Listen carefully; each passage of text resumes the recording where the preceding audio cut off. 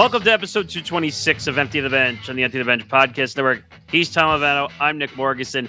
Follow us on social media at ETB Sports, Facebook, Twitter, Instagram at ETB Sports. Follow the Empty the Bench podcast network at ETB Network, Facebook, Twitter, Instagram, and TikTok. Follow our YouTube channel, which we're happy to be back on. YouTube. You couldn't keep us off for long. A week. But youtube.com/ETB Network, which our subscriber numbers have kind of jumped to the roof. And I'll get into that in a second, why we've done really well over the last week. So you'll be able to check that out. Make sure you check out all our podcast platforms as well. Spotify, iHeart, Apple Podcasts, Odyssey. We're everywhere. You can find podcasts. So make sure you check that out as well. etbpodcast.com. Our blogging platform has grown a lot. We have a lot of bloggers now. We're also in the works on something which I'm kind of happy about that we're going to be adding very soon in a category we haven't really done a lot of coverage on. So we'll have that probably in about a week-ish or so. I'll be able to say something probably on next episode. Also, Empty the Bench, the show and the network presented by WolfSpreads as well. If you're looking to learn gambling from a beginner's perspective, check out WolfSpreads. You don't have to bet real money. It's fake money, 2,000 fantasy dollars, spending a minimum of 1,500. Whoever banks the most profit, their 2K bankroll wins. And we did it during Football Friday. Hopefully we'll have it back again for next season. Basically, it teaches you how to gamble. You don't have to lose thousands or hundreds of thousands of dollars or worry about wire transfers like Shohei Ohtani had to do. Did you hear the shot I took on Shohei and Ipe during MMA Outsiders? Yes, I did. That was funny, actually. But yeah, go check out WolfSpreads. Full competition. It's like a friends group. It's like a water cooler type thing. You get near the water cooler and you talk about the spreads, the money line, the parlays, everything. All the same lines are there. So like it's like a DraftKings and a FanDuel, except you're not betting real money. So go check that out and check WolfSpreads. All right. We got a lot to get into this week. And of course, in typical Empty the Bench fashion, stories break before we get on. Right. So obviously we will lead with Shohei Ohtani because that is the top story in all of professional sports at this point. And I will say it is a shame that as opening day is here today, the first thing we're talking about is a controversy involving one of the biggest names in baseball. Unfortunately for baseball, the NFL has said, you know what? Hold on a minute here. We have all our stuff that we need to get in. So NFL screwing over both MLB and the NBA. We have the rule changes that took place at the owners' meetings this week. We have the fact that they're telling the NBA to F off of Christmas Day because the NFL is going to do 2 Christmas Day games this year, despite the fact it's a Wednesday. Nick, I told you when they said, when there was the reports about, oh, we don't know if they're going to do Christmas Day because it's a Wednesday, I said they're going to do a game. I didn't expect 2 games, but they're going to do a game. Yeah, again, not surprised. I mean, it's all about money. That's it. It's really a simple equation to this. It's money, and money, and more money. And ratings. But money. But yeah, so we'll get into the Ohtani stuff. We'll get into the NFL rule changes, which big, significant rule changes, by the way, which are going to affect kickoffs. So we'll get into all that. Chiefs make a huge trade. We'll break that down. And that's significant for a lot of reasons. One being the cap, which is a huge problem for NFL teams. But it's significant for another reason because just the Chiefs just keep lopping off parts to stay under the cap. Russell Wilson, Daniel Jones, both headlines involving them as quarterbacks. Sauce Gardner, so the Jets also getting involved in the again. Yeah. Because Sauce Gardner can't keep his mouth shut and stay off of social media at all. So that was a big thing. Also, this is still a big story, even though it happened quite a few days ago. LSU coach Kim Mulkey decided to blow the horn before a Washington Post story reportedly is coming out about allegations against her of how she treated her teams at LSU and former athletes. And again, even though we don't know it, it sounds like the direction of a hit piece, but we don't know because we don't know what's true and what's not. But she is basic. But she has claimed she has hired the best defamation lawyers in the country, and she is threatened to sue the Washington Post if they publish the story. Here's the problem, though, and we'll get into this more. But you're a public figure. It's going to be impossible to prove defamation. You have a lot to prove. A positive college basketball story: Caitlin Clark getting a $5 million offer from Ice Cube, which got exposed before Ice Cube really wanted it out there. But exposés are normal in today's time. Normal. Yeah, your boy Adam Silver is at it again. Yeah, well, we're gonna have to come up with a new banner because Adam Silver is just destroying everything right now that he touches. Minute Media making a big acquisition. Well, okay. Now we discussed this beforehand. We need to be very careful with this story in a lot of aspects. One, because the details are not 100%. And two, there's a couple of us at ETB Network who are affiliated with some of these brands. Right. Now, I think I can have more of an opinion than you guys because I don't work there. But well, I was gonna say maybe if we want, we could do it the old school way where you get the screen all to yourself. No, well, we can have a Nick soapbox moment. Oh, we'll see. And if we have time, MLB predictions because today is officially opening day. Yes. It's amazing that that's the last headline on this freaking list when MLB opening day is today. Well, MLB does lead off the show. It's just not in the way that we really should. Yeah, so Shohei Ohtani, this is part 2 of this story. So last week we discussed the allegations coming out through the media that Shohei Ohtani's former interpreter, Ippei Matsuhara, excuse me, that he apparently had $4.5 million. Now, let me say that again. $4.5 million in gambling debt. And supposedly, he was either wiring the money out of Shohei's account or, as the Ohtani team claims originally, that they were paying the gambling debt. And then a day later, they say, oh, he stole it. It's theft. So I've been thinking about this story, Nick, and I've actually done some listening to K Show, to Boomer and Geo here in New York. Just a couple of different, sides here and there. MLB Network when the statement was being read. And here's my thought. Because there was something that I think it was Geo who, when I was listening to Boomer and Geo, said that is pretty prominent. If he stole $4.5 million, then two things. One, how is it that you don't notice $4.5 million is missing overnight? Number two, why is Ippei Mizuhara not in handcuffs?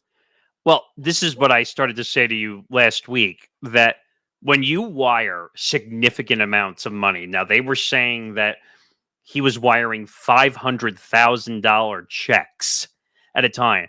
Now, what did I say to you? When you see an amount of money, that has to get checked. The alarm bells should have gone off. It doesn't matter if it's clean, dirty, or in between. It does not matter. The alarm bells should have gone off by the bank that $500,000 was being wired. Not once, not twice. Reportedly, it was done like 6 or 7 times now is what the report was. So why was it not checked? Where is the bank? Where is the responsibility? Because now they're saying that the feds are involved and Homeland Security is involved. And that's the thing. Like, can we go to the DA over in wherever in California and Los Angeles? Like, is there an open investigation into Ippei Mizuhara? Is there going to be a warrant for his arrest? Well, they haven't claimed anything about warrants, but excuse me, that MLB claims they've opened an investigation. When you know what I believe when Rob Manfred says he opens up an investigation into anything. Yeah, there you go.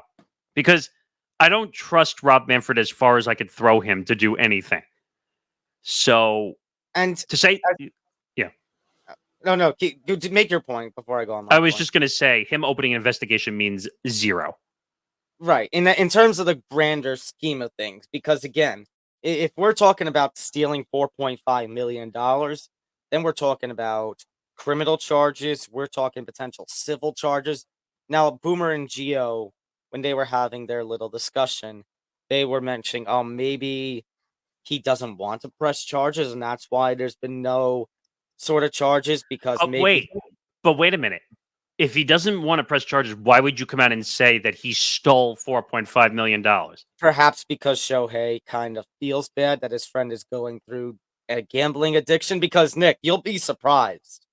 But Boomer and Geo, when they were talking about this, they were actually being very transparent about what they saw.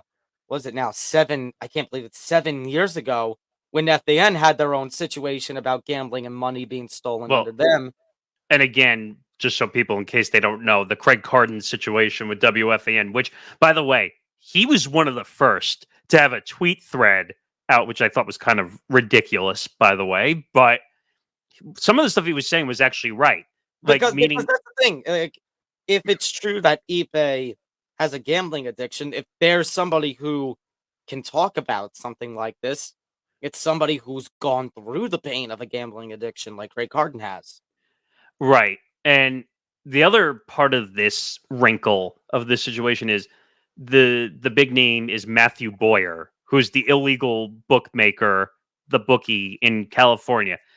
Do you remember what you if you Right. saw the Because clip if you saw the clip we put out last week, and I'm sure you saw it because I tagged you in it, there are 10, I forget it's 10, 11, or 10 12 states. states where 10 it's states. still illegal to gamble. Obviously, the Supreme Court, when the Supreme Court made the decision 6, 7 years ago, it's that the states have the power to legalize sports gambling. And California is one of the states that is still yet to legalize sports betting. So they were doing it through an illegal booking Bookie. ring. Yeah, an illegal bookie. So, Which is probably why the feds are getting involved now. well, and here's the other issue, and I explained it to Ryan when I was filling out hitting for the cycle. I'll explain it again here that bookies take behind the scene credit, which is illegal. Right. When you bet for real, like on my phone, I have a DraftKings. You have to make that bet with money that you put up in your account. That is a legal bet. A bookie, you could put up money and they'll pay you, but illegal bookies take credit because they feast on people who don't have money. That's what they do. And then they build up such a debt like Mitsuhara did, and now he's fucked over because he put himself in $4.5 million in debt. Right. Now, another thing that was kind of interesting, and Nick, I actually took a photo of my television screen because I apologize. I know he's a former general manager, I think, but this individual who was on MLB Network in the immediate Oh, I can't remember. Was it the guy from Texas? I think. uh I think I don't know. Hold on. I can't Because remember exactly. he's a former baseball general manager, right? Yeah, he is a former baseball general manager, and I can't remember his name at the moment. What did he say? He basically said that he found Otani's statement to be pretty genuine. And he mentioned, because the other thing, because you were bringing it up about the amount of money and seeing the money basically like kind of disappear overnight and such. And he actually said that you would be surprised. Oh, is it Dan O'Dowd? That's it. I think that's Dan right. O'Dowd. Yeah, Dan O'Dowd, He's the former former Rockies Rocky. general manager. Yeah, Rocky's general manager. Yeah. Okay, so Dan O'Dowd was basically saying you would be surprised by the amount of baseball players who have people like Ipe who are personal assistants and close friends who can access the bank account. So what's the point he's trying to make? Because that sounds like an excuse to me. That basically it might have been stolen and such. And now, Nick, here's the thing. If that's true, I think that's a little bit concerning. Now, granted, duh. I'm not an MLB player, but Nick, when it comes to my money and my bank account, it is me and my parents and maybe my brother. That is it. I do not let anybody touch my bank account. It's family. It's family, and then I guess if you really want to get technical, if you have a significant other in your life, I'm not married. I don't have a significant other. So but I'm just talking about in generalities. It's either your family, a significant other, and that's right. it. You need even my closest friend, I would not let No. touch my money. Like, I'll give you for instance. Like, I have a financial account with Schwab, Mhm. and my brother has access because he helps me with my finance. I have access, and my dad has access. That's basically it. We don't even let like the person who files our taxes. So let's give Shohei the benefit of doubt and say the money is stolen. I would still have problems with it in that. Why are you letting somebody who's, as much as he's a close friend, like, why are you letting somebody touch your money like that? And when I was listening to Boomer and Geo, I think it was Boomer. I forget who it was. One of them made the mention of, let's say, since Ipe was a close friend, they had him. Shohei asked for a favor to send money over to some person. All it takes, when you really think about it, Nick, all it takes is just knowing the accounting number and the routing number of a person. It's And true. you can access their account like that. It's true. And unfortunately, we've had issues going all the way back to when COVID started. People are hacking people's accounts for money. And now, supposedly, they were personal friends. He wasn't just an interpreter. Like, they did everything together, which makes this even stranger. So, everyone is trying to interpret this whole thing, and we don't know how to interpret And what is. and I think that's because, Nick, we need to see what happens next. Like, is Ipe Mizuhara gonna end up in handcuffs and in jail somewhere? Right. I found the quote, by the way.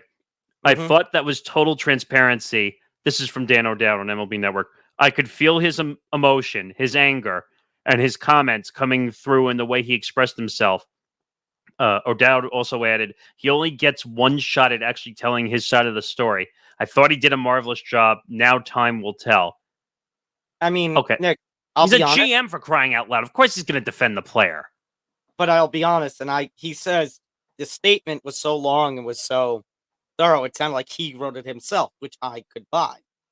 At the same time, I don't know if I believe that.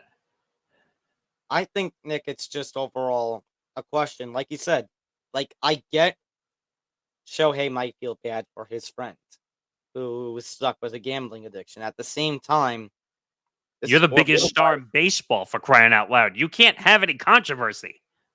And this is $4.5 million that we're talking about here.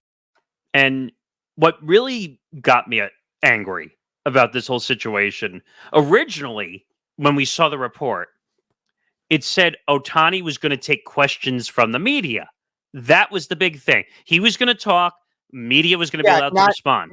Not taking and then he changed his mind. Not taking questions from the media was bad. A mistake.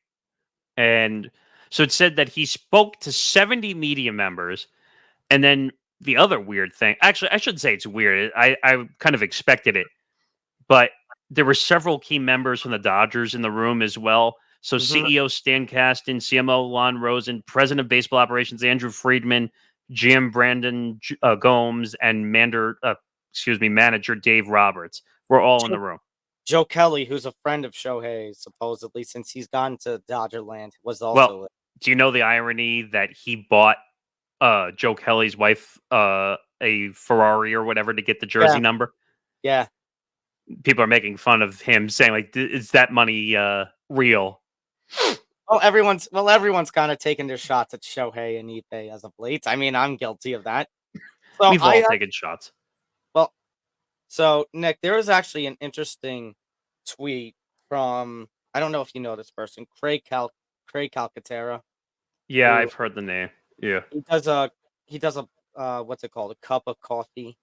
Oh, yeah. Baseball, politics, entertainment. So I actually bookmarked this on the ETB network. I mean, on the ETB Sports Twitter because I wanted to make sure I got this right. Because here's what he tweeted out. So Otani's position is the Ipe straight up stole money from me scenario, which puts the wire transfers at the forefront. The Fed's forensic investigation can figure that out. If it's borne out, Shohei is in the clear. In other words, if it's true that Shohei's money was stolen from him, Shohei is in the clear, and Ipe is in tons of serious trouble. Well, If I think he's going to be in trouble regardless. But yeah, I think either way he's in serious trouble. Because if that's true, that Shohei's money was stolen by Ipe, then Ipe, this is what he said. Think about it, Nick. Gave a 90-minute interview to ESPN of straight up lies, backed up by Otani's PR crisis communications people, all while his agent stood by. Maybe time for some personnel changes. Now, if it's not true, Ipe has every incentive to tell that to anyone who would listen to save his own skin. well, Unlike the mess of last week, we at least have clear battle lines drawn. And he finishes, I'll say this much. Sorry. For all the mists of uncertainty we had in the past week, Ohtani going full on, quote, he stole from me, would be a totally crazy position to take if it was not true. It would open him up to all kinds of jeopardy, civil and criminal. well, fraud charges too. I was just reading that it would be grand larceny in the first degree in a Class B felony reserved for those who are charged with stealing or embezzling over $1 million. So I think we can, based on what both our stances and what we said last week, one way or another, whether Ohtani's involved or not, Ipe's effed. He's done. He's going to end up in jail doing time, unless he's part of the Shohei brigade and they're going to let him off with a slap on the wrist or probation or whatever. And the thing is, Nick, well, going off of that, I don't see anything happening to Shohei. I honestly don't, because the assumption as of this point is he never bet on a baseball game. And Ipe never bet on Wait a a minute. baseball game. We don't know that yet. Until they investigate the accounts, we're not going to know. Well, that was going to be my caveat. If it comes out to be true that, there is a slip from, let's say, Ipe, and there is a baseball, it is a baseball betting slip without Shohei's money paid for, then we're talking a big controversy. He's guilty, but we make this joke all the time, but he would literally be guilty by association if that's the case. Right. I mean, here's the thing. Everyone is going back and comparing this. And I don't know, did you see the video from Pete Rose, by the way, that went out on social media? Well, I was actually going to get to that, Nick, and somebody pointed out the last time there was a suspension for gambling in It baseball. was Pete Rose. No. Oh, wasn't? 2015, Jared Cosart. He actually, pardon me, he got disciplined. He wasn't suspended, but he did receive a fine. See, here's the weird thing about this, and I was reading about what could possibly happen. It's discretion by the commissioner for the punishment. So you know what that means, right? Mm-hmm. That means Rob Manfred. You really think Rob Manfred is going to ban him from the sport? Hell no. But let me double check. Jared Cosart was fined and not suspended in 2015 for violating MLB rules of placing bets with illegal bookmakers. However, it does not look like that he was betting baseball.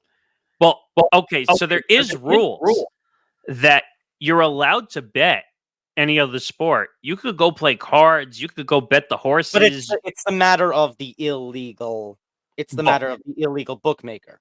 So if that's the case, then Nick, Ohtani would probably only get a fine if that's what they gave to Jared Cosart.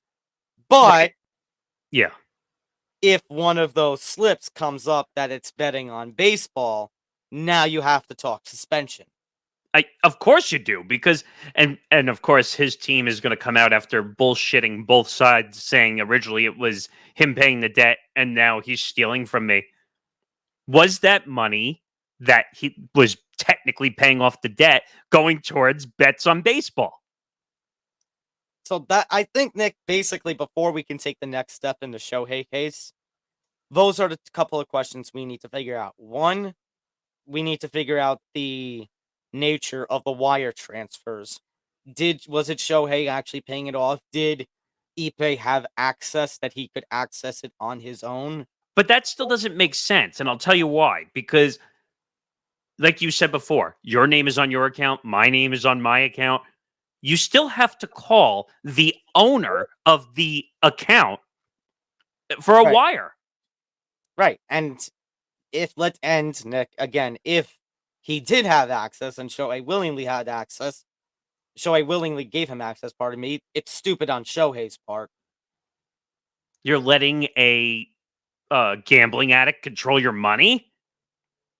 Again, Like, maybe he didn't know he that's had the like, gambling addiction. I just want to give one example. That's like giving a person who's drunk the keys to the car and letting them drive while you sit in the passenger seat. Again, maybe he didn't know about the gambling addiction, but again,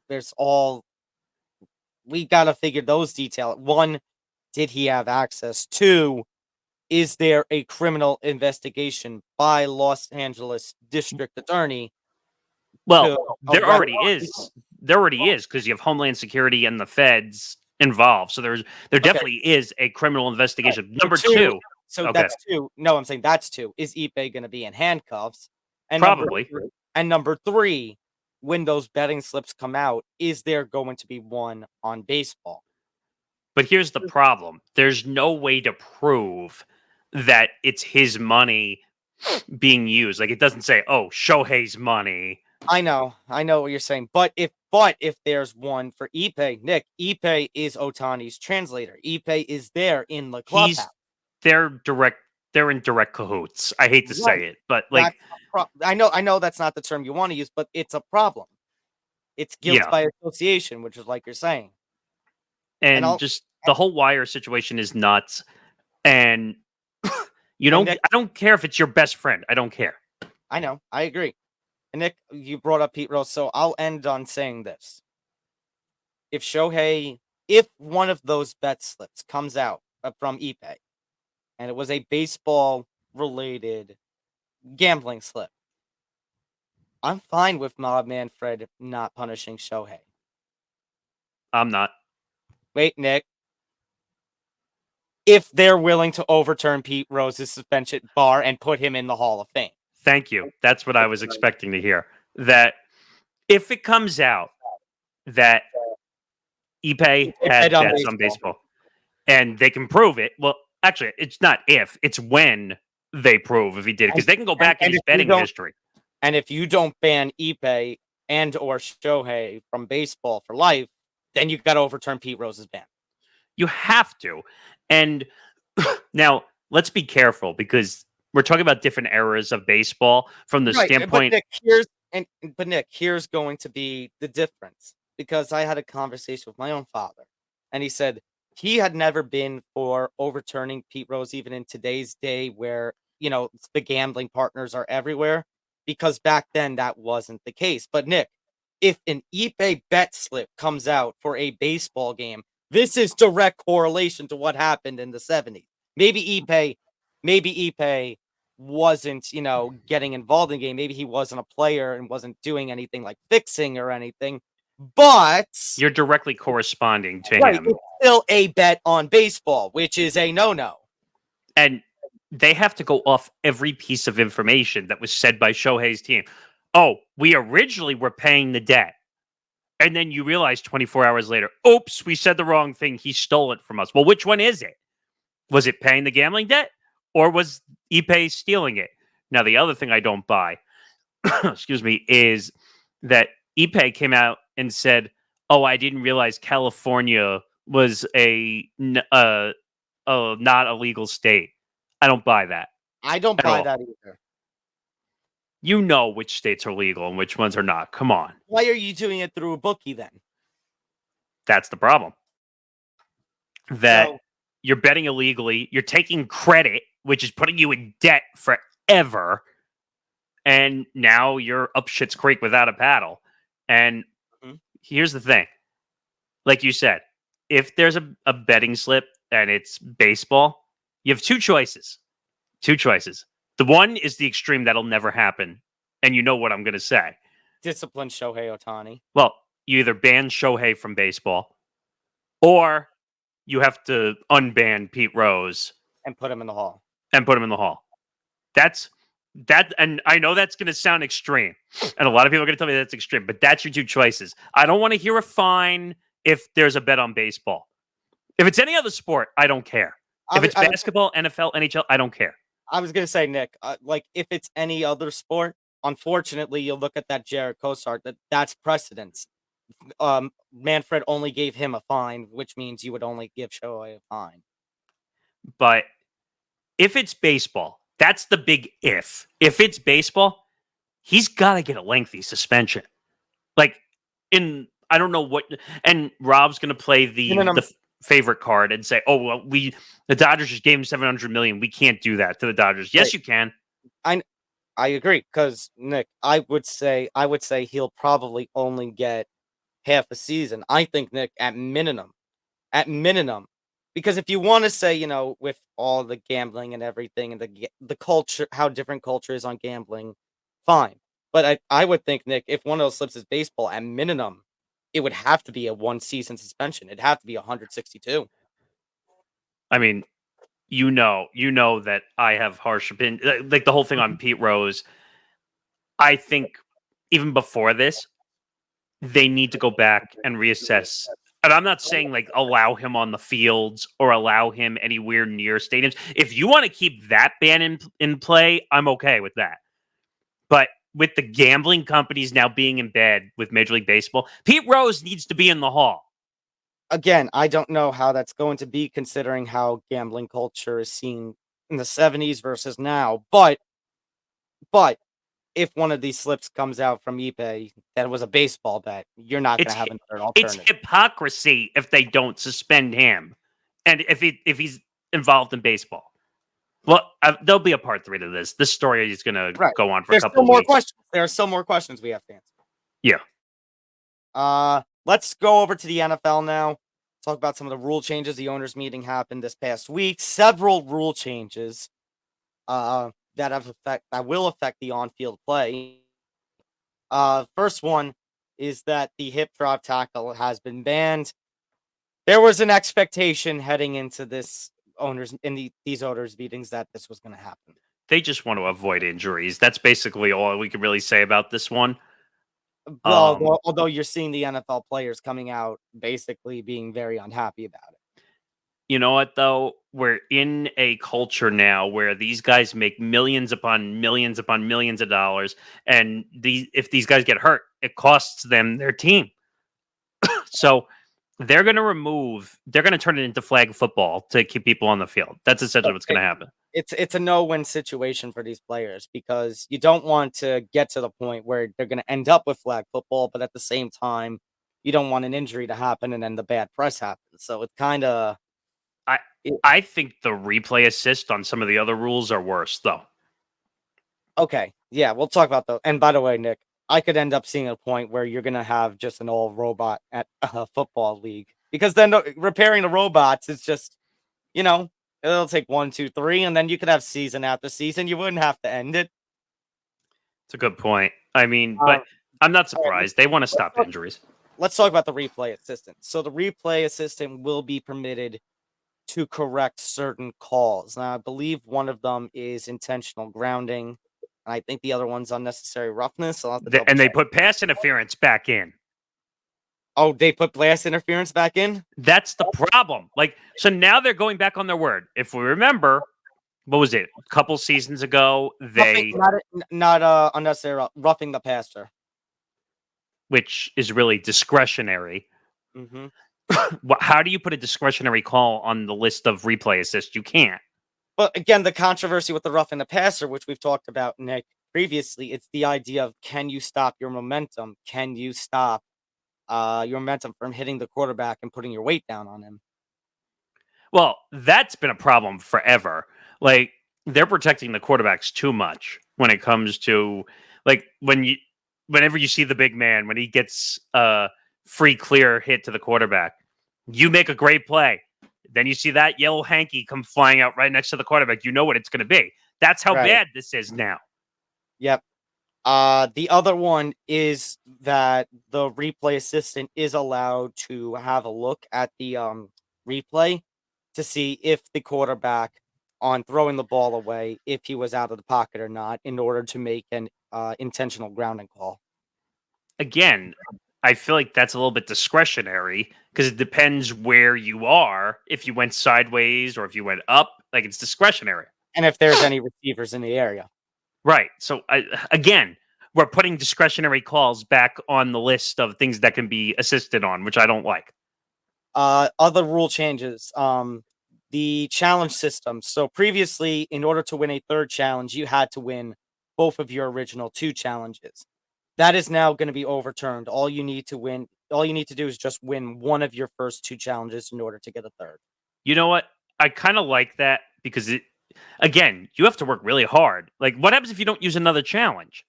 Like, you get another one, you have 2 down the stretch when most of them would have 1. How many times do we see a play at the end of the game because they don't have a challenge to use? Right.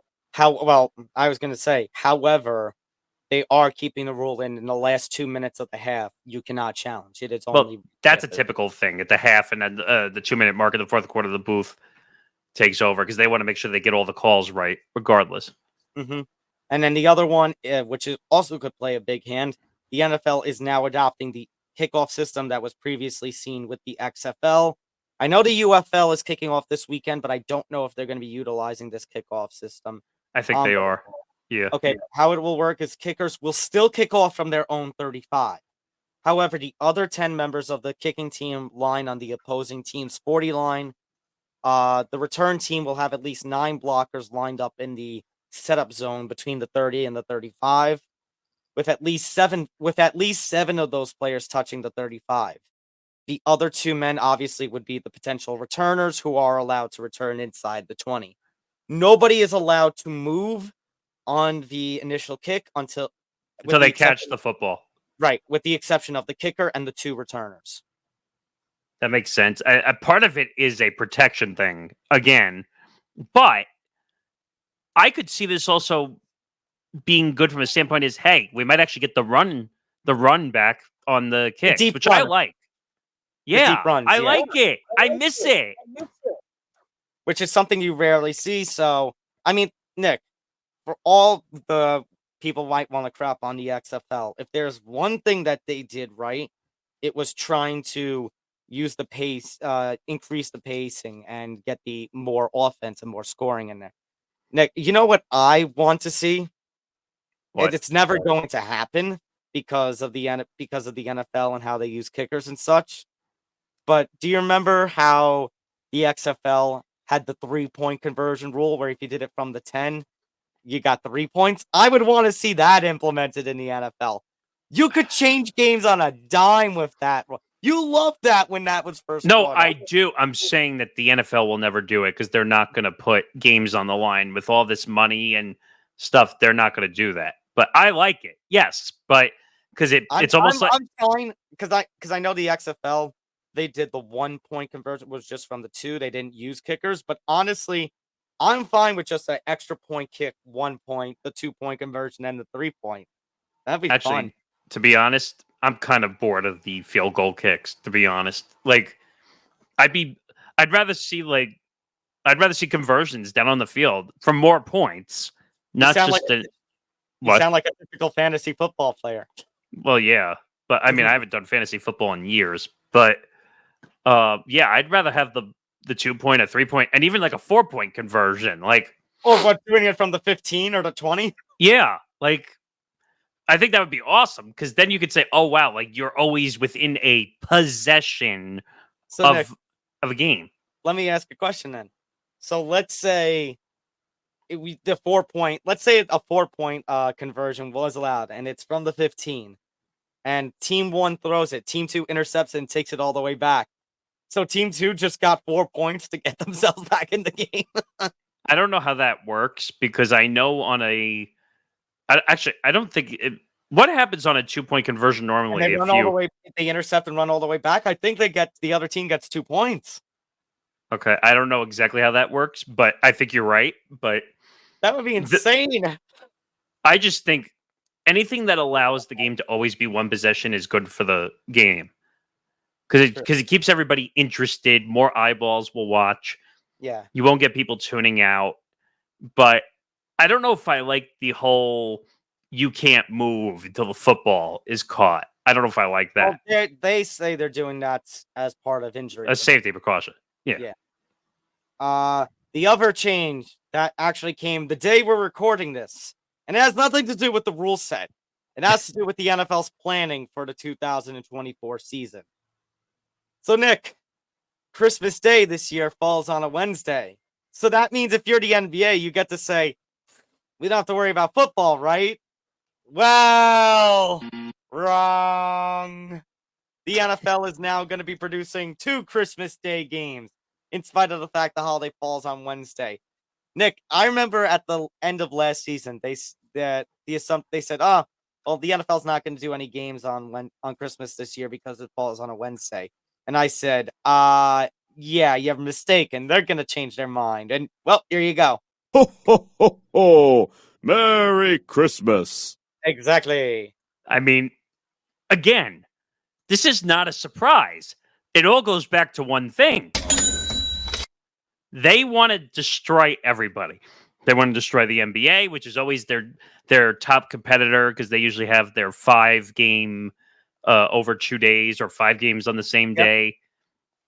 I mean, they're not competing with MLB. MLB's in the offseason. NHL's in the offseason.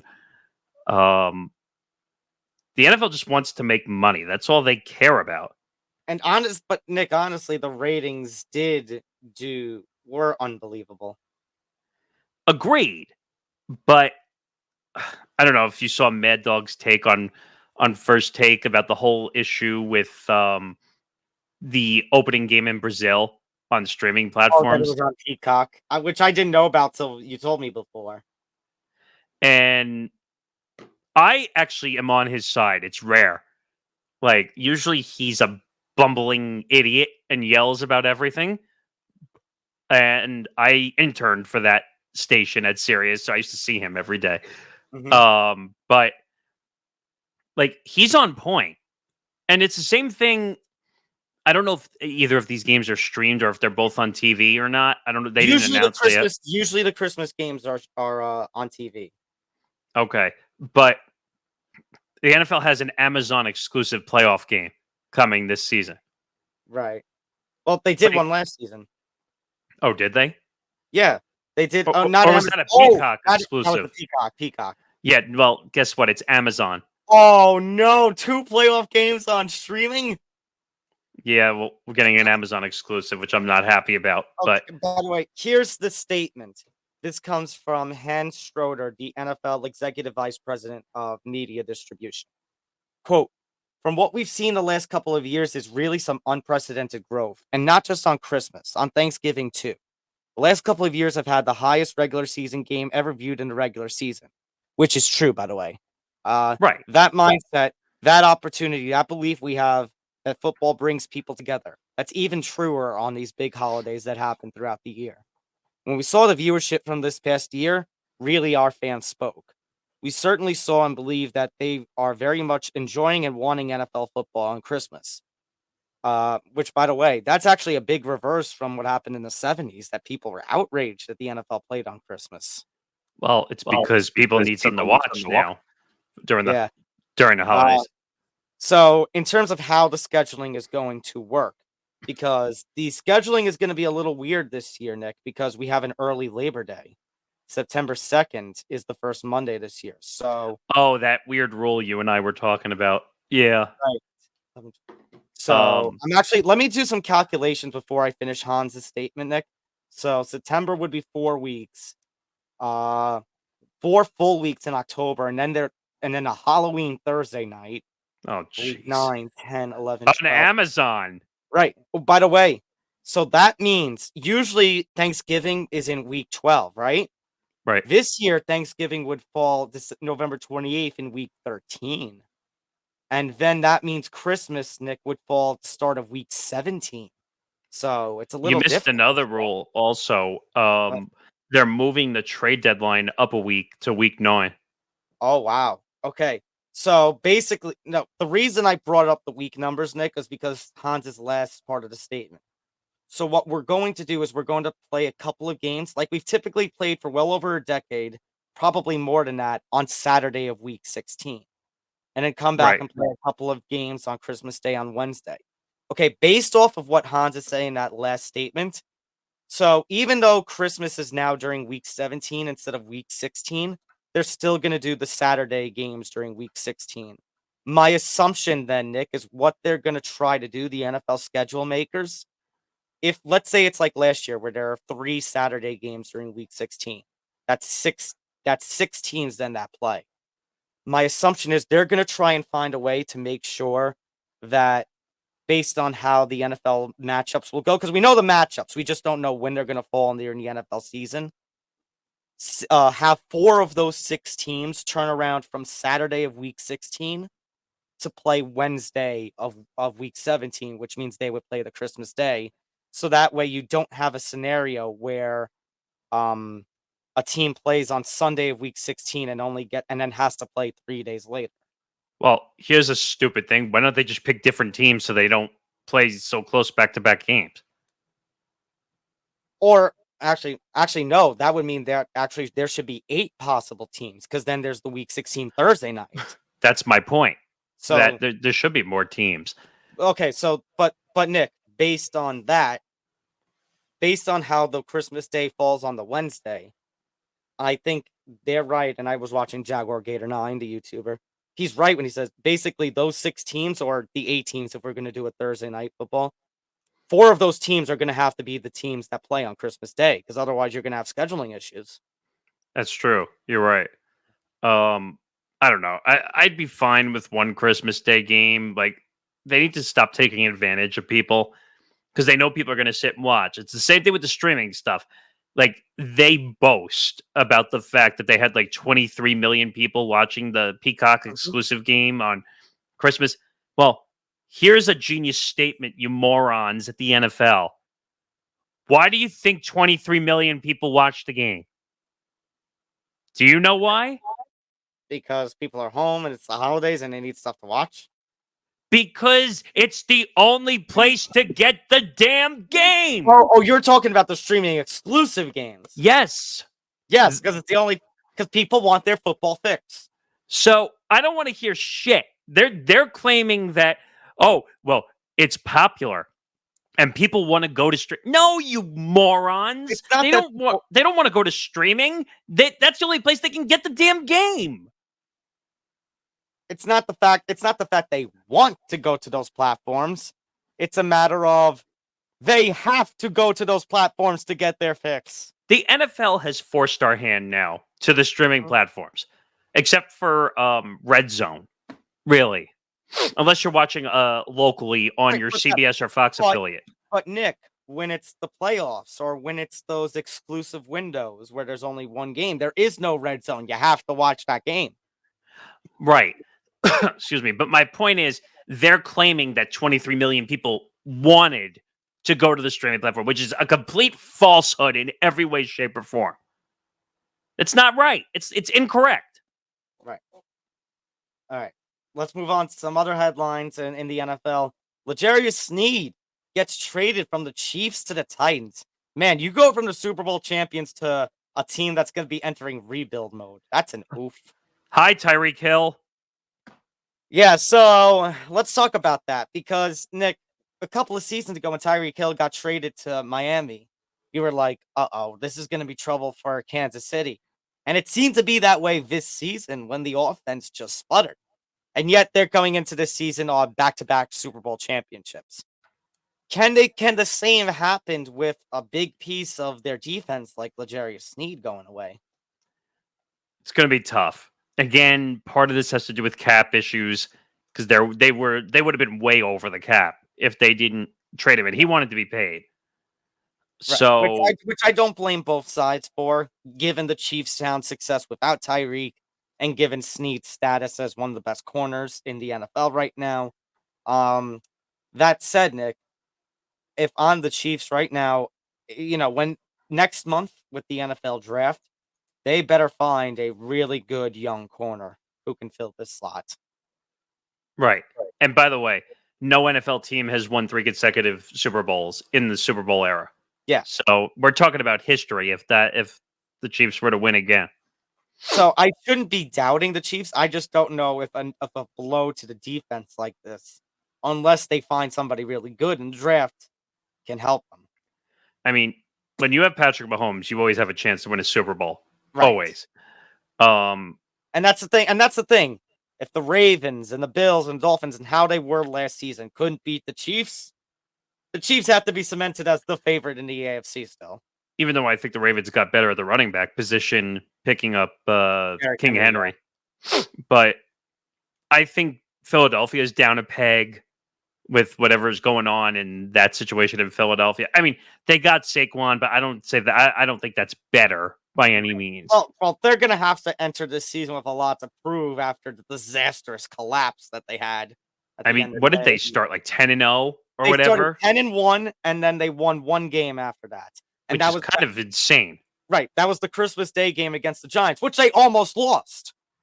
Well, weren't they getting blown out by the Giants in that game, or was that the other game? No. The Eagles almost let the Giants come back on Christmas, and then they got blown out. Like absolutely doors blown off in the first half. And then that was the Week 18 game where they got absolutely mauled. And I think, if I'm not mistaken, Jalen Hurts had that weird, like, dislocated finger injury, which it looked like mangled meat as a finger. And then, then if we're going to continue on the NFC route, Nick, you've got another certain team in the NFC. How about them Cowboys? Wow, you put that on yourself. That did nothing this offseason. Well, I was gonna make all the moves in the NFL offseason. We were gonna make a ton of moves, and we were gonna win the Super Bowl. But you know what, Nick? I realized something. 13's perfect how it is. We don't have to worry about anything. I like that team how it is. We're gonna win the Super Bowl. This is actually gonna be our year. Screw Mahomes. Screw everybody else. Hey Jerry, who are you taking in the draft in the first round? That decision is up to me and me only. None of your damn business. Hey, what's your situation on Dak's contract? I heard you're having a little situation with that too. The situation is go yourself, Morgasen. Hey, I heard you guys agreed to $4 million less in the cap for this season. You mind your own damn business, boy. Oh, man. Wow, an early Jerry appearance before the draft. Didn't see that one coming. All right. Well, Nick, if we're going to talk about sports teams, I think it's time to talk about some quarterback moves, speaking of Dak Prescott. I'm going to start with... oh, wait a minute. Do you hear it?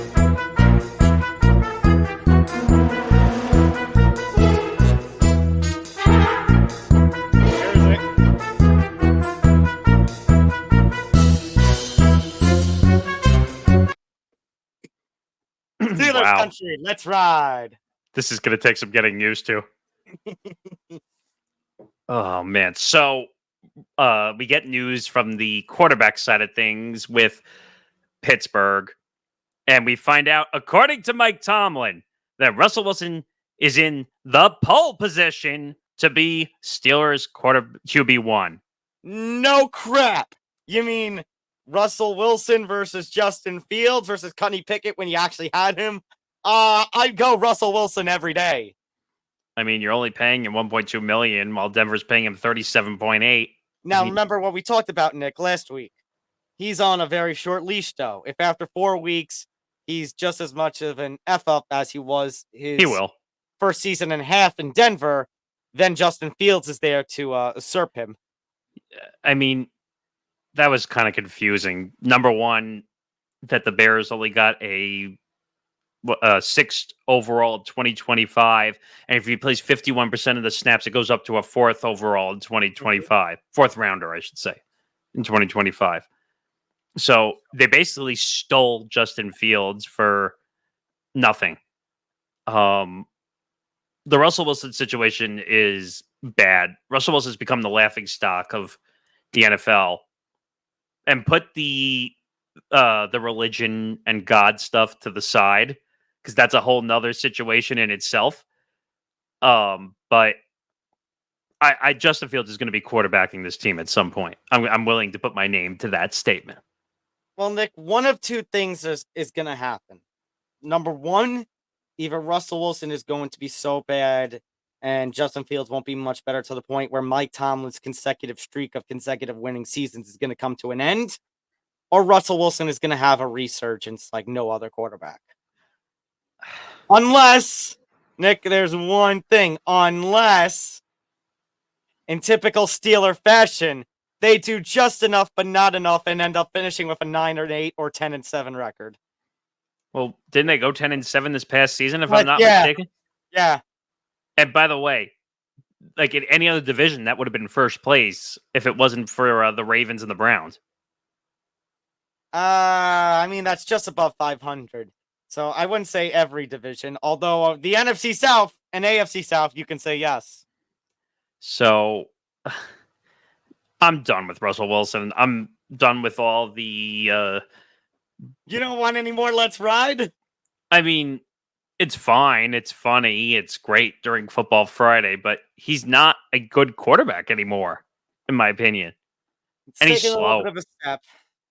He's slow. He throws a lot of picks. He gets Nick, sacked a lot. But Nick, you also have to recognize, as much as we don't want to recognize, the man's in year 13 of his NFL career. I was in college. Actually, I think we were both in college when he was a rookie. That's how much time has flown.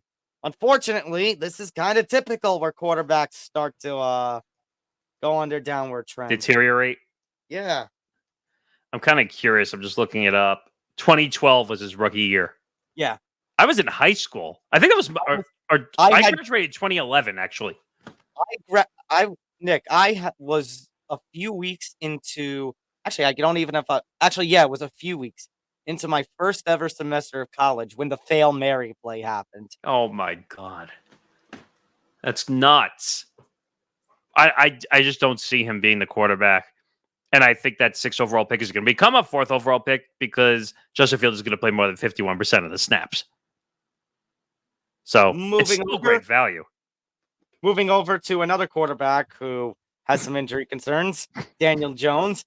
So Brian Daboll and John Mara and all have stated that, Daniel Jones is the man and he is the quarterback. But now in the more recent comments, Brian Daboll has added a caveat of when he's healthy and he's ready to go. And John Mara has come out and said, if the scouting team finds a quarterback and they fall in love with him in this upcoming draft class, he's fine with them taking a quarterback. Which, Nick, tells me I don't know if Daniel Jones is going to be ready to go week 1. That's going to be a very expensive sit out for Daniel Jones also. What are we talking, 45 million? An interesting thing that I saw, Nick, is that this year, if Daniel Jones gets hurt, then there's some clause in the contract that guarantees him money for next year. Oh, jeez. It's one of those... that's what Russell Wilson had, too. So... they were quick to get out of it or they sat him, because if he got hurt, his 2025 would have been guaranteed if he got hurt. So Nick, does this tell me a reason they got Drew Lock and the reason there's all this talk about McCarthy is, do you think they purposely sit Daniel Jones out quite a bit this season to basically get rid of him after the season without that guarantee going in? Okay, but you're sitting $40+ million on the bench. You're basically throwing that away. There's, Nick, opt out after this season, a club option where they can deny the last 2 years. No, I get that, but you still have to pay him $40 million plus this year. $10 million. Oh, it's only $10 million this year? The total contract was $40 million. Oh, I thought he got an extension for 2 years, $40 million plus. I thought. Let's have I'm looking that up right now. Oh, wait, I have it right here. So his 2023 salary technically was almost 1.1 million. That was what he was making. 2024 is 35 and a half. Oh my God. That's his base salary. And then you have 9 million signing bonus and 500,000 in workout. What's the rest of the contract like? So after 2024 is the potential out. Right. And then what's 25 and 26? 25 is 30, 26 is 46 and a half. Oh, I forgot about the extension. So they're going to kill the contract after this year. That's my guess, because they're not going to pay him. He's not worth it. They need a real quarterback. Now, here's the problem. Their pick is what? Do you know what pick they have? I know. I got mistaken. I said 40 million. I'm like, no, wait, 40 million each year for 160 million. Right. Oh no, yeah, because I forgot, because the last season, what do you call it? The franchise tag was 32 million. Right. So they were going to have to give him at least 32 million no matter what to keep him. Okay, so the Giants are 6 overall. They're right outside that quarterback window. Right. Well, we talked about there's at least 2 teams in the top 5 who probably are not going to go after quarterbacks. Well, I'll give them to you. The Bears need a quarterback. The Commanders need a quarterback. I don't know what the Patriots are doing. That's kind of up in the air. Nick, there's rumors the Patriots might trade out of the 3 slot. That might be the pick that the Giants might need to hone in on, possibly, to get. But I'll play devil's advocate, because all this time we're talking about with Danny, he's playing with crappy receivers. If Marvin Harrison comes into your lap, you're not going to take that. Here's the problem. What do they value as more of an issue? The receiver room and dealing with the flaws of Daniel Jones? Or do they want a quarterback that they can build around, and throughout the draft they can pick up wide receivers in that process to build around it? But then here's going to be my question, and it's going to be hard to answer this with a good response because we're in New York, where there is no patience. Are you willing then to be patient with whoever this next quarterback is? You don't have a choice. But that's the thing. Like, New York is going to be now. It's going to no, because you have to build the offense around him. You need another running back. You need different receivers. The offensive line, I think. Swiss cheese. Well, I was going to say, it's a New York offensive line. It doesn't matter if it's Giants or Jets. It's Swiss cheese. Yeah, I was just going to say, look at the evidence of the Jets. They tried to put Aaron Rodgers in as a quick plug, and where has it gotten us? Nowhere. Mm-hmm. It got us Zach Wilson for another year, who completely is in bomb nation mode. And they basically said, hey, Zach, go request a trade. Oh, no suitors? Oh, well. And basically, you have a few options. You could take Marvin Harrison Jr., excuse me, because I think he'll be there at the 6th, unless Arizona takes him, because they don't need a quarterback. Or do you go after another offensive lineman to address this issue that has long lingered New York? Now, the other option you have is, I think J.J. McCarthy would be there at 6 if they wanted that option. Is it the best option of all the quarterbacks there? No. So then here's my question. Then why'd you make this trade for Drew Lock? I think they just needed a quarterback on the roster to protect Daniel Jones, just in case, if that's the route they were going. So then, Nick, can you and I be on the same page? The torn ACL, he's not going to be ready for week 1. He's definitely not going to be ready for week 1. Definitely not. Which means either you're going into week 1 with Drew Lock or you're drafting a quarterback. That's basically where we're at. I mean, what do they say? What's the most important position on the football field for every team? Quarterback. So if the Giants, both New York teams are not competing next year, we already know that. And don't tell me Aaron Rodgers, because that's the biggest load of you-know-what. So people were saying that the Jets might go draft a quarterback. And I'm like, wait a minute. They're not even high enough to draft a quarterback. No. They'd have to wait another year. The Jets are 10. So they're kind of in the middle of no man's land in the first round.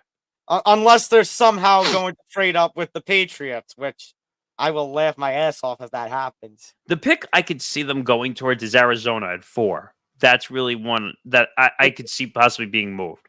But Arizona. I mean, maybe because Arizona doesn't need a quarterback. I mean, Arizona's situation right now is they just traded for Desmond Ridder. So the question then becomes: is Kyler Murray out? I wouldn't say that's exactly the best move by any means. Desmond Ridder No. looked like trailer trash. Right. Which, by the way, as much as Kyler Murray's kind of digressed a little bit, speaking for my other team, which needs a quarterback up there in the north, if I'm the Vikings and I'm hearing that Kyler Murray is out, I'm going over to Arizona and I'm asking, what do you want? Well, okay, I was going to make a joke because I can say it because I'm a Jet fan. That's a legitimate rumor. No. I get that. I was just going to say you technically have a quarterback and it's one I don't like. You have Sam Darnold. Oh, right. Are the Vikings dumb enough to ride that into the season? No, they I can't. hope not. They have to, like, where there's smoke, there's fire. They have to try and make that trade for Kyler. They are the 11th pick behind the Jets in the draft. So they're in no man's land also. Right. But Nick, listen to me.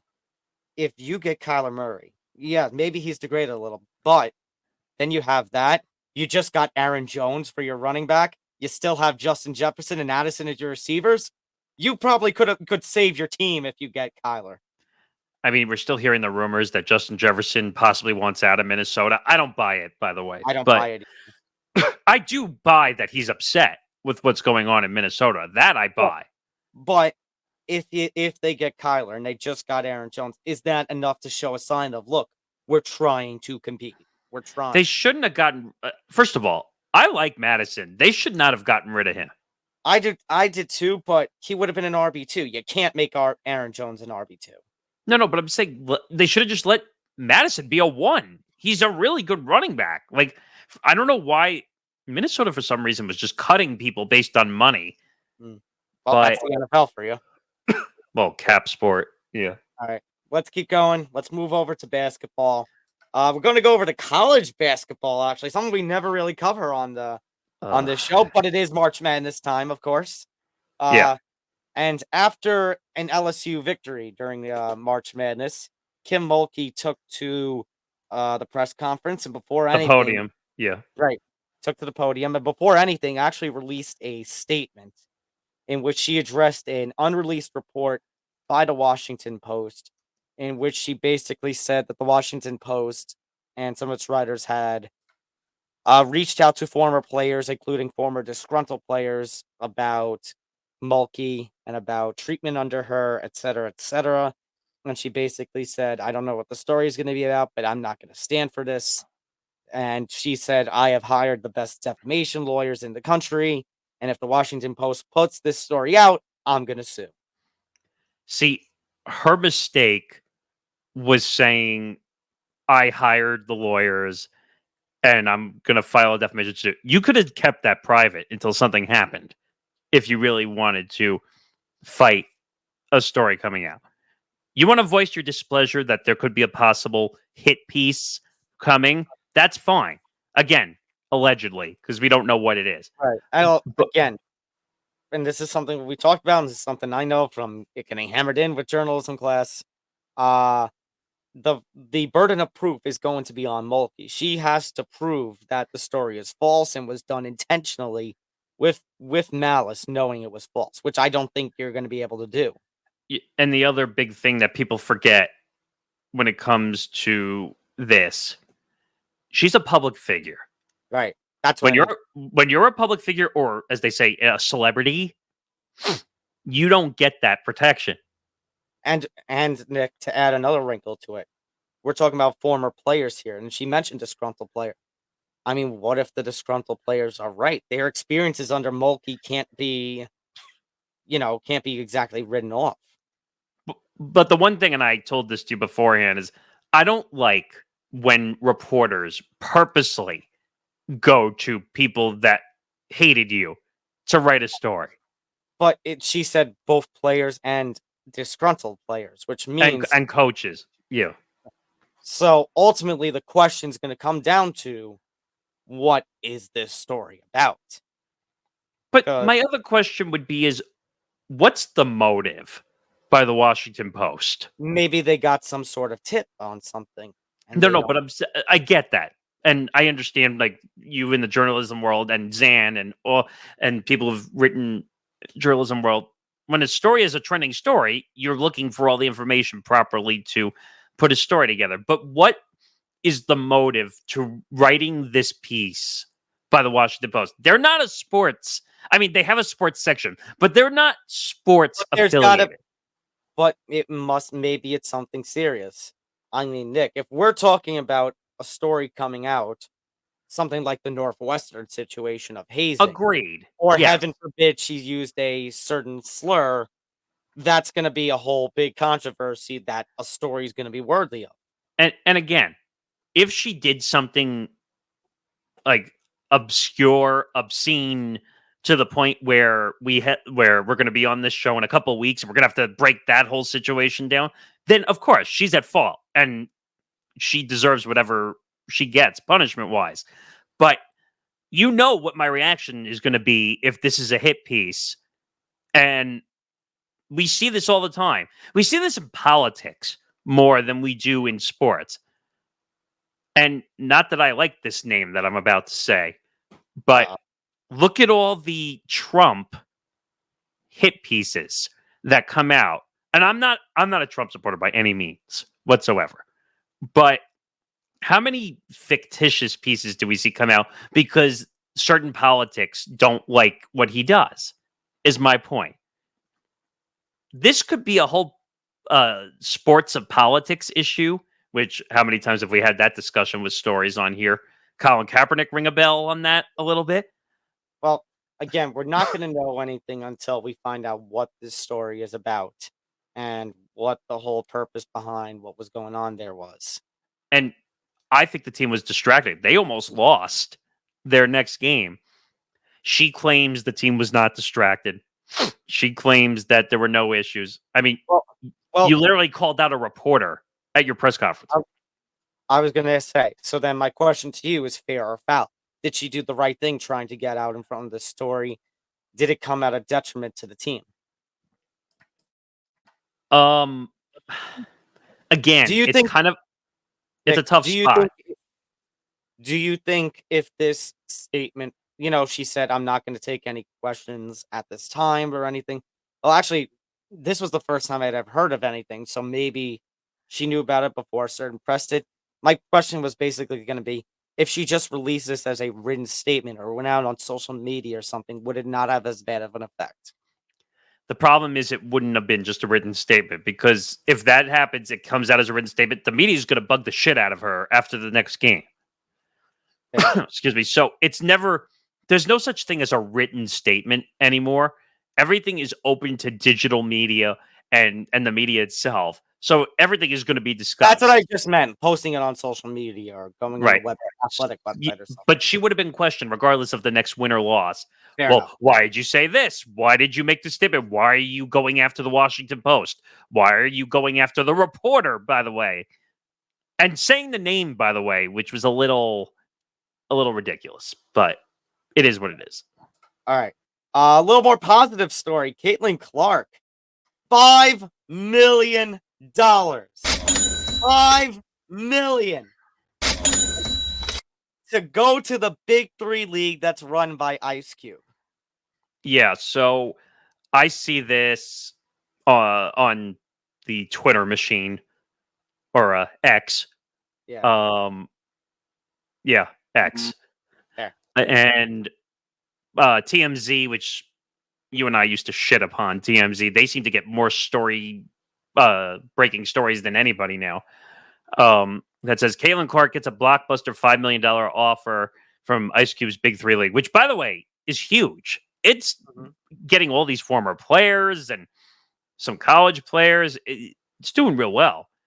And then after this report, go to exhibit number 2, which is the quote. So per Ice Cube, quote, we intended the offer to remain private while Caitlin Clark plays for the championship. But I won't deny what's now already out there. Big Three made a historic offer to Caitlin Clark. So basically, the offer got exposed before it was supposed to. Leaked. Yeah. So you and I were discussing this beforehand. We're talking about 8 to 10 games for $5 million. Now, I can't do the direct math. I know if it was 10 games, it'd be $500,000 a game, which I'll tell you right now is way more than the WNBA is probably offering So for her let to me play. do. So let me do 8. So 5 million divided by 8. Take $1 million 625. away, right? Why take $1 million away? Because instead of 10 games, it'd be 8. So take away 500,000 twice. Or is that not the right math? No, if it's just 8, wouldn't it be worth more to her then? Because it's a $5 million offer regardless. Oh, yeah, that's right. You're right. Okay. So then it'd be $625,000. It's way more than the most WNBA players would get as a salary.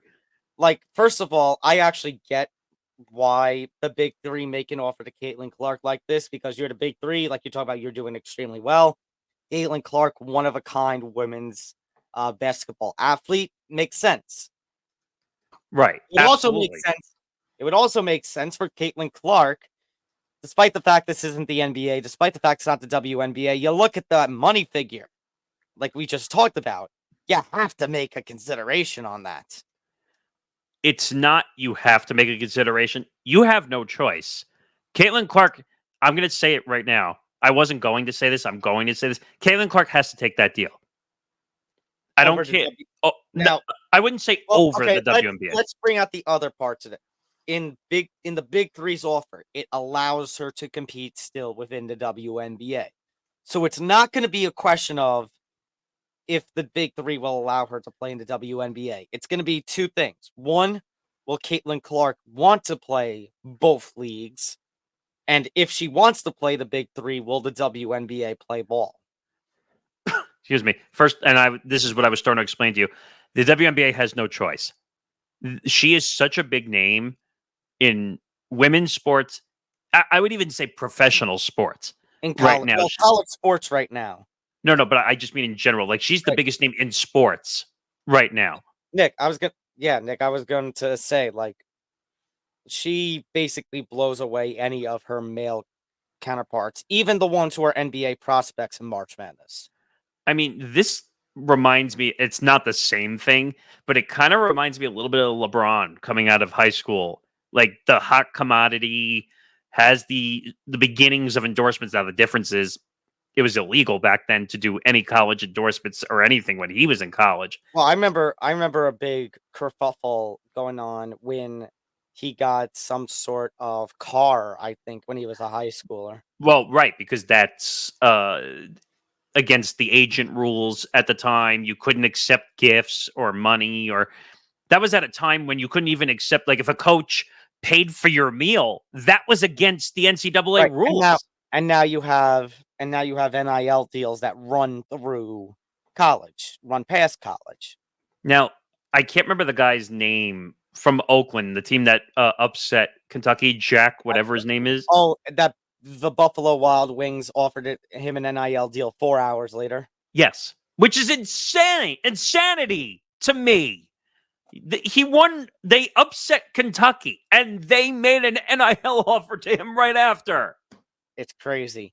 But, Nick, that relates to another point, which I made to you prior to us recording.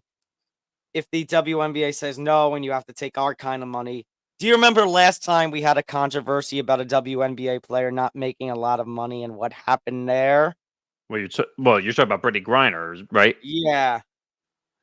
I think, Nick, 8 to 10 games in a league like the Big Three that's full of fun, has the the rule where you play to a certain amount of points. Yeah, they did that in the NBA All-Star game a while back too. And that's all the fun, and it's not serious.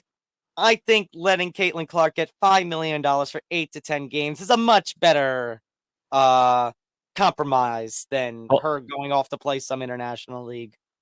So I have numbers for you also. So I looked up Caitlin Clark's NIL money because this is fascinating to me, all these NIL deals and how much money they pay. So Caitlin Clark has 11 known NIL deals, 11, which are combined which are worth a combined estimate of $3.1 million. That means she's bringing in $3 million already, and she hasn't even stepped foot on a professional court.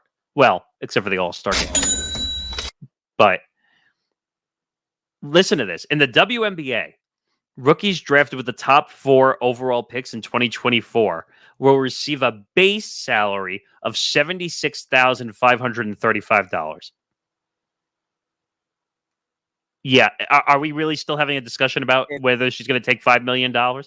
It's play ball. So basically, at this point now, it's play ball, or she has every right to go to the WNBA. And it says, with her celebrity, Clark likely will maintain many of her sponsorship deals as she moves to the WNBA, which I wouldn't be surprised. She has a charisma and a little bit of an attitude. But I don't know if you saw some of the issues, like her father was telling her to shut up in the stands. Well, I remember last year with Angel Reese. I do remember that. Angel Reese is another one as well, who she came out and said, I don't care if I go to the WNBA or not. My deals go way past when I'm done with college, which I didn't know that was the case. I didn't know NILs go past college. So basically, Nick, as much as the WNBA, there's no money that goes into it. We could talk about the talent level. We can talk about ratings and such. Their backs are very slowly going against the wall in that they got to do more for their players. And that Brittany Griner situation combined with all the NIL deals now, this is a bit of a, hey, it's shape up or ship out at this point. I'll tell you right now, ever since the whole thing with Brittany Griner in Russia, I guarantee you their Players Association, which is also involved with the NBA, that's why you see a lot of NBA, WNBA partnership stuff, they're not going to go overseas. I think that's going to stop. And you're going to see more, whether it's competing in the Big 3 or other events like that, because it's too dangerous to go overseas to some of these countries. But, Nick, at the same time, it's a two-way street. If you're the WNBA and Kathy Engelberg, seeing like this, you don't have a choice. You have to let her go play in the Big 3. Who, by the way, has probably been a terrible commissioner for the WNBA with all the stuff that's gone on handling that situation. But I look at the Caitlin Clark deals. Nike, Gatorade, Buick, State Farm, Bose, Shootaway, Hy-Vee, H&R Block, Topps, Panini America, Goldman Sachs, and the Vinyl Studio. Have I named something that's not massive in there? Not really, no. So my point is, she's making a shitload of money, and she will do whatever she wants, especially when she becomes a professional. And if she turns down $5 million, she's nuts. It's not a good business move if she turns it down. All right. Speaking of one terrible basketball commissioner, Adam Silver. We were talking so positively about Caitlin Clark and how the WNBA is great, somewhat. And now that giant rain cloud just came over my head because of Adam Silver and the NBA, because he had to say something stupid again during the competition of the All-Star. This was during you'll find this funny. You know that Charles Barkley and Gayle King do a show on CNN, right? Yes. He was being interviewed on that show, and he was being asked about how the NBA All-Star Weekend is kind of a joke, and like there's no way to have competitive balance when it comes to the All-Star game. And then Adam Silver says the NBA might be past the point of competitive All-Star games, and they're looking at USA versus International. I mean, are you kidding me? Are you kidding me, Adam? I mean, look, I get it. The All-Star game, basically, it's all about everything around the All-Star game. It's a glorified dunk contest. That's right? what it is. I'm saying it's about the 3-point contest, the dunk on. It's not about the game itself anymore. But look, just please. You need to shut the fuck up. Thank God someone gets it, because everyone is, oh, well, Adam Silver's been great for the game.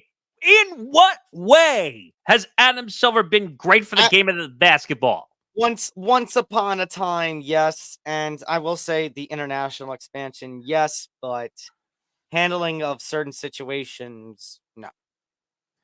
I mean, the one thing that will always be on his ledger that he did, The Donald Sterling. Donald Sterling, that he single-handedly basically removed Donald Sterling, along with the owners.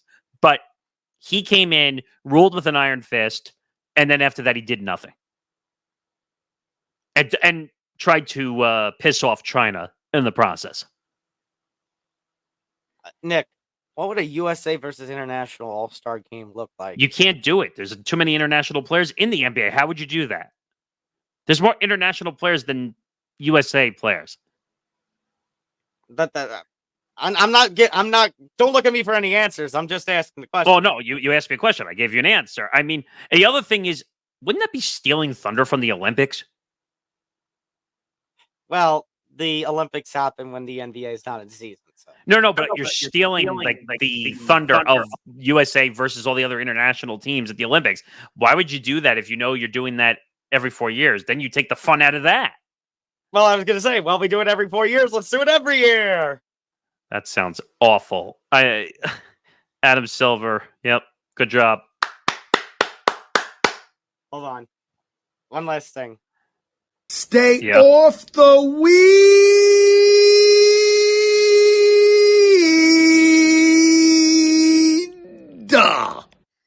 Yeah. Sounds about right. Minute Media has acquired Sports Illustrated. I won't say anything more because well, I'm not going to be mean because you and I only know as much as the media, ironically, has put out. Yeah, which is not much. Still a lot of questions.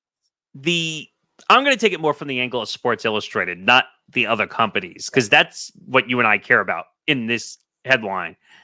So Sports Illustrated has been going through a shit show between the amount of licensee issues. First, it was Authentic Media Group or whatever they called it. They screwed it up. Then it was that other parent company, which I can't remember the name of, that owned it. And now it's Minute Media, which owns sites. There's been a lot of changing of hands with Sports Illustrated. And I know that the new owners, Minute Media, wants to keep the idea of a published magazine, but it's clear it's heyday. You know, I love Sports Illustrated. I know we've talked about that. There, Nick. Whole collection, mass collection of old Sports Illustrateds, including the infamous 2012 one with the Astros on the cover after they jumped to the AL and were going through the rebuild, and it says future 2017 World Series champions. That's a collector's item. Mm-hmm. But excuse me, I don't know. I don't know how I feel about that. Sports Illustrated was kind of dead a long time ago, in my opinion. Like, there's one thing I like for Sports Illustrated, and I could vouch for it because we've had him on this podcast, I think 2 or 3 times. We had Jimmy Traina from the SI Media podcast, who, if you really like sports media coverage, him and Andrew Martian probably do it the best. And we've had both of them on this podcast, so we've been lucky in that regard. I don't know. Sports Illustrated has not run well for 5 or 6 years now. Also, if I'm not mistaken, I think Minute Media, well, they own Fansided. They own, what's Jeter's website called? Players Tribune. I think they own Players Tribune also. Mm-hmm. So they're essentially an ownership aggregator. They own a bunch of sites. I want to see what they do. I want to see how it, plays out. But are we just going to see the license bounce a million times? Because that's what we're doing here. It's basically, I can fix it. I can fix it. And then it doesn't happen. It's like an ownership of a sports franchise. Oh, my team stinks. Like I look at Sports Illustrated as the Athletics of Major League Baseball right now. They're as, as low can be. Now, how do they get fixed? They need resources and they need someone who's willing to spend the money to fix the situation. And by the way, I totally get trying to be careful with what you want to say and what everyone else can say. I don't work there, so it doesn't affect me as much. But I want to see Sports Illustrated be what it once was. It was a classic place where you got the magazine, you got the kids magazine. I heard they're killing the swimsuit issue though. Oh well. But I don't know. I didn't understand the fascination with the Sports Illustrated swimsuit issue, but it is what it is. I don't know. What do you think about Sports Illustrated? I mean, at least you can talk about that. Like I said, I remember being a very big magazine collector of them, and it's kind of sad to see that, what was once a dominating brand is, I don't want to say no more, but it's definitely lost a little bit of luster. I mean, you and I have had this discussion over the last couple of years. Journalism and media also have been in decline. And unfortunately, people are buying up sites for nameplate. That's what they do. Oh, like what just happened with Deadspin. Deadspin was just bought up by a European company. I don't know the name of it. I don't remember off the top of my head. But they just bought the name and fired everybody. Like, that's the shit I don't want to see. I don't want to see people losing their jobs. It's terrible. Mm-hmm. It's a bad thing. Wow. But unfortunately, it's the way the business goes. All right, very quickly, because we're way over time on the show, but we Yeah. want to get MLB predictions in because it is opening day. As of right now, obviously we're not recording it, but the show airing right now, the Yankees and several other teams that are playing at 4 o'clock have just basically taken the field. It's going to be very early on in those games. Let's talk about what we see, Nick, just pretty quickly, any division winners, and then early pick for ALCS, NLCS, and World Series champ. All right. AL East, I see Baltimore. I think they're going to be the best team. I can't see, and I think I've told you this, Nick. I don't know on air. I definitely told you off air. I don't know about on air. I can't see them doing a 10-game decline in wins like the books have it. I can't. I can see them falling to 95 to 98 wins, but I can't see a 101 to 90. I mean, you picked up Corbin Burns, for crying out loud. You don't think that's going to give you a few extra wins here and there? Right. I mean, the thing that made me annoyed, and I saw it on Twitter, was they said without Garrett Cole in the lineup, one of the books was projecting 71 wins. Baseball reference. Morons. Idiots. Yeah. Here's what I'm going to say. I don't think, I think Cole's injury is going to hurt, especially if it's no doubt. Injury. Yes. But I can't see, with the addition of Juan Soto, with them making the move for Birdie today because of the injuries with LeMahieu, and so they don't have to carry 3 catchers. Sorry, Ben. The trade. Yeah. Yeah. The acquiring of Alex Verdugo and Trent Grisham. I don't see the Yankees supplanting the Orioles, but I think the Yankees are going to do enough to earn a wild card berth. So you think they're going to finish second in the division? I think they finished second in the division. I could see that. I mean, we can both agree the Red Sox are probably going to finish last. I see the Rays potentially finishing third, being on the Yankees' tail. I think Toronto, Nick, is going to be in for a really big downfall. So they're just continuing what they do best, which is Nick. Not every year for the last 5 years, how many times have I said this is the year? This is the year. I'm not doing that this year. They're the 76ers. Basically, yes. I didn't think I would ever pull that reference out for the Blue Jays, but so it's like, we're trusting the process. No, you're not. All right. So American League East, I'm going Orioles. AL Central, toss up, but I think I'm going to go with Twins by default just because I don't see. Yeah, I could see that. That one's a little more open for debate and discussion. Yeah. The AL and NL Central are kind of the open positions, basically. The Central divisions were the crappy divisions last year. I mean, I look at their division. Casey's going nowhere. No. I mean, I know they signed Bobby Witt Jr. to a long contract. I don't even know if that's a good contract, to be honest. Tigers. I know some people at SNY picked the Tigers. I think the Tigers are still developing. I mean, that Javi Baez contract looks like a catastrophic nightmare.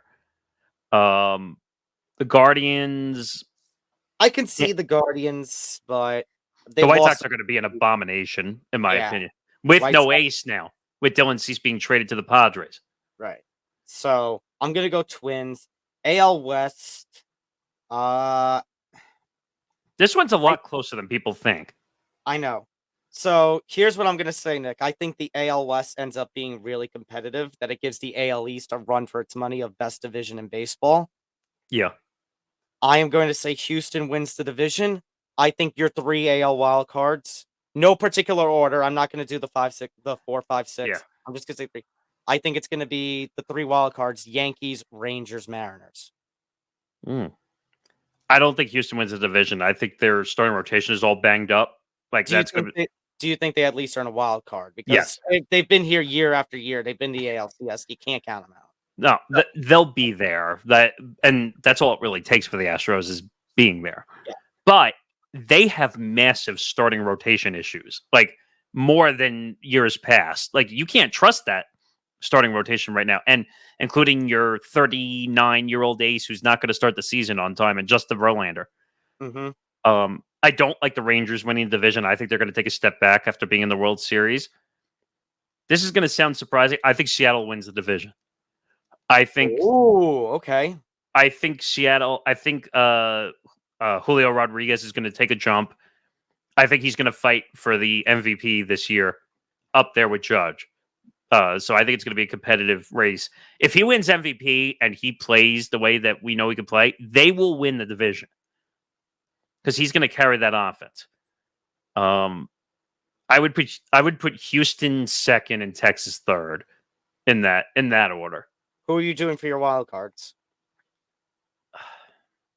I would take Yankees. I would take the Astros.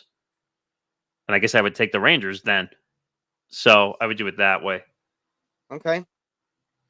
Let's do the National League. NL West. Regardless of Shohei Ohtani not pitching, regardless of the controversy, it's Dodger land, right? It's Dodgers for us. It's not going to be close. They're going to run away. NL East, I think like last year, Braves, but I think the Phillies get a wild card spot. The Phillies are a strong team. It's going to be a 2-team, in my opinion, Nick, NL East. Once again, it's going to be a 2-team race between the Braves and the Phillies. Atlanta was a disappointment to me down the stretch because everyone said, "Oh, there were World Series." It was them and the Orioles who were big time threats. They have great young nucleus. They have pitching. And they just flamed out. I think both of them flamed out in the first round, if I'm not mistaken. So Atlanta's going to win this division. Philly's going to make a run. Their pitching is much better than it was in the past. You have Bryce Harper playing first base for Philly now, which is weird. But Atlanta first, Philly second. Central. Yeah. Oh, go ahead. I was just going to say maybe Miami third. I don't think the Mets make a run in this division at all. Probably not. I think Mets have a talent that them and the Marlins will swap each other for third and fourth. They're going to split their games. Yeah. The Nationals are obviously going to be in the basement. Oh, yeah. NL Central. Again, a little more open, but a lot of people think that the Cubs moves, including getting Bellinger back, is what's going to carry them.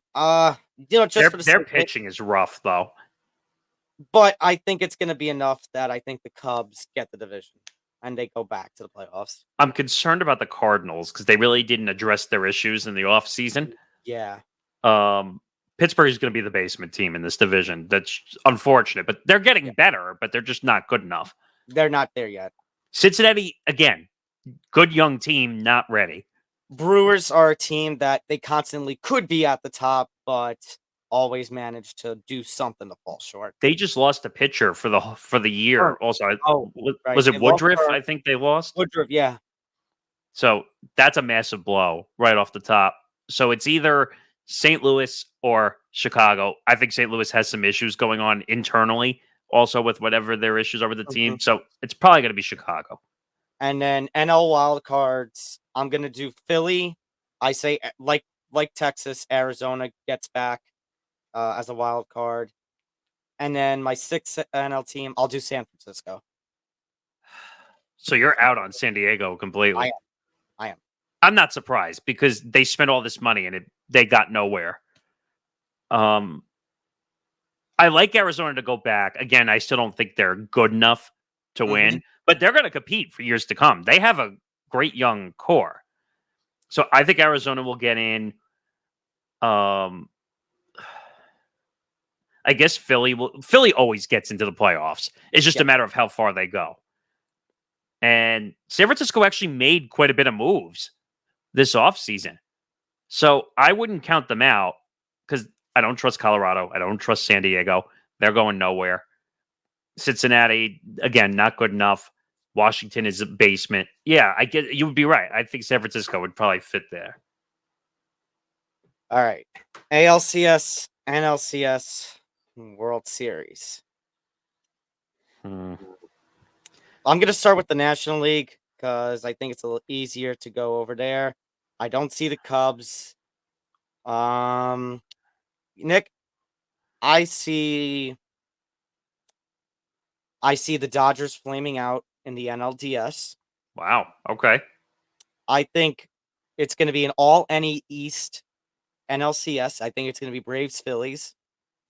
And I think for the second year in a row, Phillies upset the Braves to win the NL pennant. So you think they're going to the World Series? Is that what you're saying? Yes.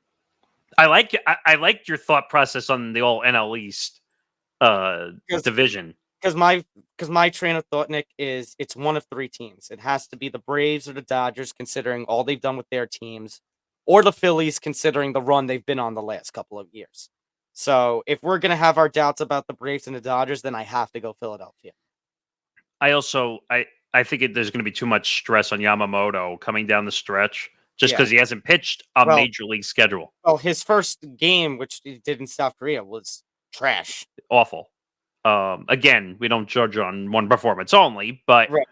But, again, but it would be typical Dodger fashion. They make all these moves, put the target on the back, and they fall short. right. Oh yeah, that's not even a question. And again, you have two guys that are making $1 billion total, and they just signed Will Smith to a $140 million contract for 10 years. Which, by the way, he's making $400,000 a year, and they're deferring the rest over 10 years. Shocker. I like your thought process on Phillies Braves. I think that's going to happen. I like Atlanta. I'm taking the Atlanta train. I think they're going to learn from last playoff series. But you say they always collapse. Does that mean you have an AL team in mind that you think is going to win the ALCS and then beat the Braves? It's a good question. The only team that I really see matching up, or I shouldn't say only team, Seattle or Houston, I think could battle with Atlanta. Do you think?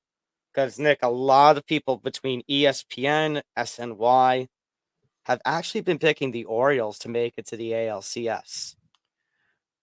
Again, I think inexperience is going to come into the picture there. Like they might win a round and then they're going to get swallowed up. That's what I feel. Seattle, I think, has a good enough team. They redid their bullpen. Mhm. They now have, I think Munoz is now the closer of Seattle. I picked him up on fantasy, by the way. I think that bullpen's going to be unbelievable because they're going to play a lot of tight games in Seattle. Okay, well, answer this to me because this would be the easy question. Well, easy question because it's yes or no. I'm trying to get the number right. Do the Astros make it to the ALCS for the 8th straight year? How can you not? They have a track record of getting back. But you know what? I'm going to take Seattle to go to the ALCS. So you have an all AL West Yeah. ALCS. You have Seattle, Houston. Who do you have winning that? I'm going to take Seattle. I think Seattle takes the jump. So you have a Seattle Atlanta World Series. Interesting. I like that. I mean, is it going to be watched? That's the unfortunate part. But All right. that would be insane. I just think it would be young core, young players. Reminds me of the Yankees of the 90s, actually. Mhm. Trying to do everything kind of like in my head now. Ranger. I'm like trying to take the 6 teams I had and kind of narrowing it down. Because what I could see, Nick, I could very well see that matchup, like just judging because I like to, you know how I like to play things out in full. I could see that if it's not the ALCS, I could see that being the ALDS, one of the ALDS matchups, Seattle and Houston.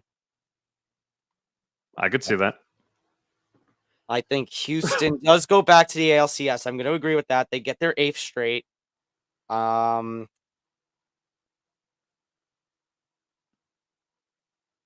But I think I think their pitching is a little too weak, and I think the Orioles have a nice run in them.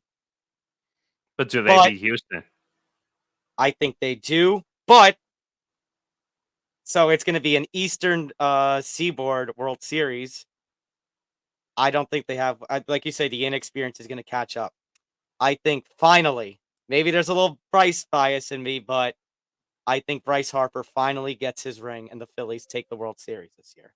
Wait, from the Orioles, you're saying? Against the Orioles, yeah. I think that would be unique World Series, Phillies-Orioles. There's my take. I think Philly gets a wild card run, and this time, the third time is the magical charm. They have another magical run, and this time, it ends with them holding the Commissioner's Trophy. Wow, you and I have two of the more awkward World Series. Yeah, so you have Seattle, Atlanta. Who do you think Atlanta gets it back? Second time. I think Atlanta. I think I think the NL is stronger than the AL to begin with. All right. So, all right. At long last, that's it.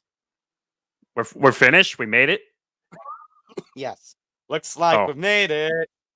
Looks like we made it. Okay, let's not get copyrighted again, or we're struck again. Whatever. We didn't get copyrighted. By the way, not copyrighted, but we got struck. I want to finish because I forgot to mention it at the beginning of the episode. I want to thank the Twitter audience because they came through in spades, big time. For sure. We had all the shows across the network. Hitting for the Cycle, our baseball show did 1,800 views. This show last week on Twitter did over 1,500 views. Moving the Goalpost did over 1,000 views. Okay? And you know what? This is us. This is the audience speaking, in my opinion, that they want certain stuff on X or Twitter. So we're going to try and accommodate that a little bit. We're not going to do what we did this past week because Tom and I know that's been hell for past week, trying to get everything posted. But our ban, I checked, is officially up. So we're back to YouTube.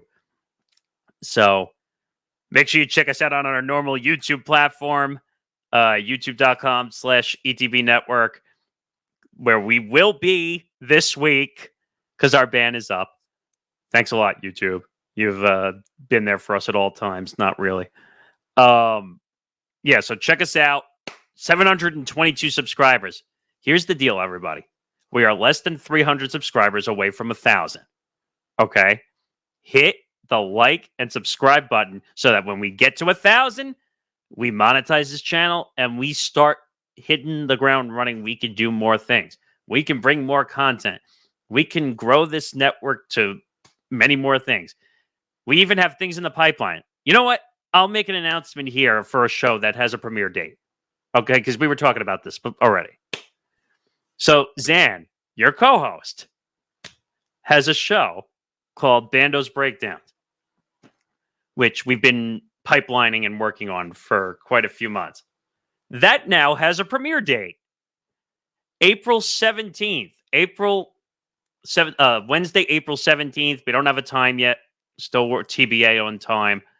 But it will premiere on Wednesday, April 17th. And it will be every Wednesday going forward on the Empty the Bench podcast network.